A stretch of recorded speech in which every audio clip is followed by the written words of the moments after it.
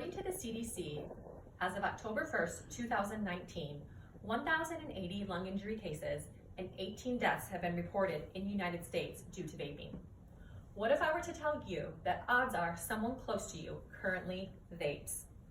New CDC data shows that 9 million adults currently vape regularly in the United States, and last month alone, 1 in 5 high school students tried vaping. I've done extensive research on the topic of vaping, as well as have firsthand experience with its addictive nature when my own teenage son started vaping and struggled to stop. Vaping is a social problem with many dire consequences to the physical and mental health of today's teens and young adults. It's growing rapidly due to the addictive nature and suggestive marketing employed by vape companies. This can be countered by increasing educational programs. I will validate this statement by discussing why vaping is harmful, why it is on the rise, and how we can counter this problem in a God-honoring way by educating ourselves so we can, as it says in Titus 2:12, say no to ungodliness, worldly passions, and live self-controlled, upright, godly lives in this present age. Now that I have your attention, let's take a closer look at the problem. Vaping is an escalating social problem and a dangerous habit for the developing minds and bodies of teens and young adults. Vaping is the act of inhaling and exhaling an aerosol using a vape pen or similar device. The aerosol starts out as a liquid or e-juice, which is heated by a battery to produce a vapor, which is then inhaled. This vapor is often mistaken for water vapor or flavoring only, but is actually fine particles with very amounts of toxic chemicals. Many of these chemicals have been linked to heart and respiratory disease as well as cancer.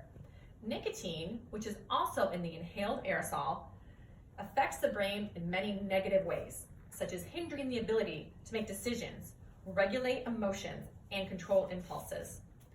According to Dr. Lana Gordon with the Division of Adult Medicine at Numerous Children's Hospital, the long-term effects and consequences of vaping are not yet known.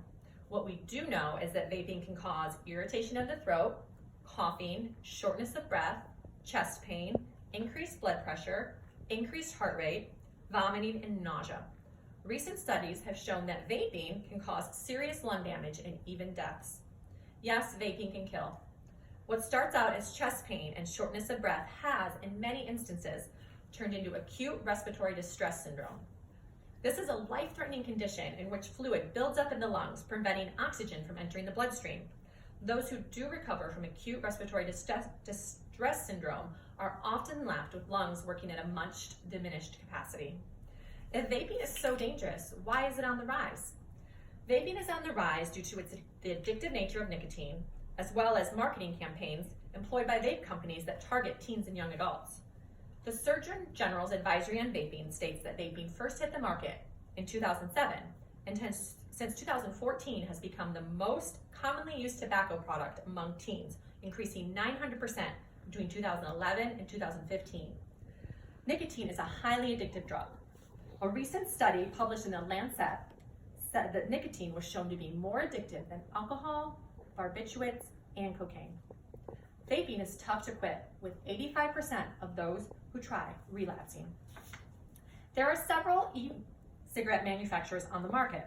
Probably the most well-known, with 72% of the market share, is Juul.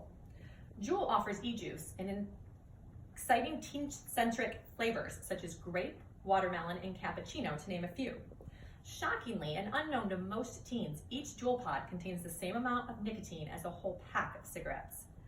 Advertisements aimed at teens and young adults are another reason some teens start vaping. I will now show you a Juul advertisement that makes vaping look fun and glamorous.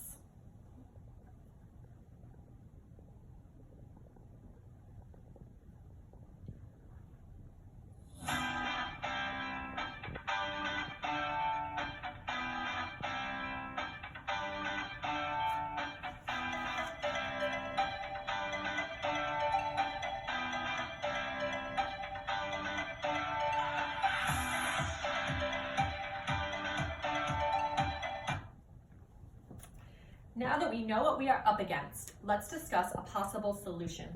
The solution to the problem of vaping begins with increasing educational programs. Peer-to-peer education can help. Catch My Breath is an educational nonprofit group that provides schools with free curriculum. This curriculum educates students on what chemicals are in the vaping pods and how they can be harmful.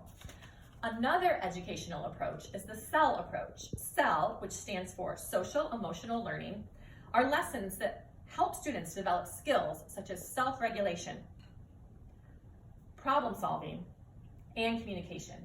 Teens can then use these skills when they feel an urge to vape. Self-education is vitally important. The more we know about vaping and its consequences, the more we can help by starting the conversation, setting our expectations, and being an example. 1 Peter 5:2 says, "Be shepherds of God's flock that are under your care, watching over them, not because you must, but because you are willing, as God wants you to be, not pursuing dishonest gain, but eager to serve."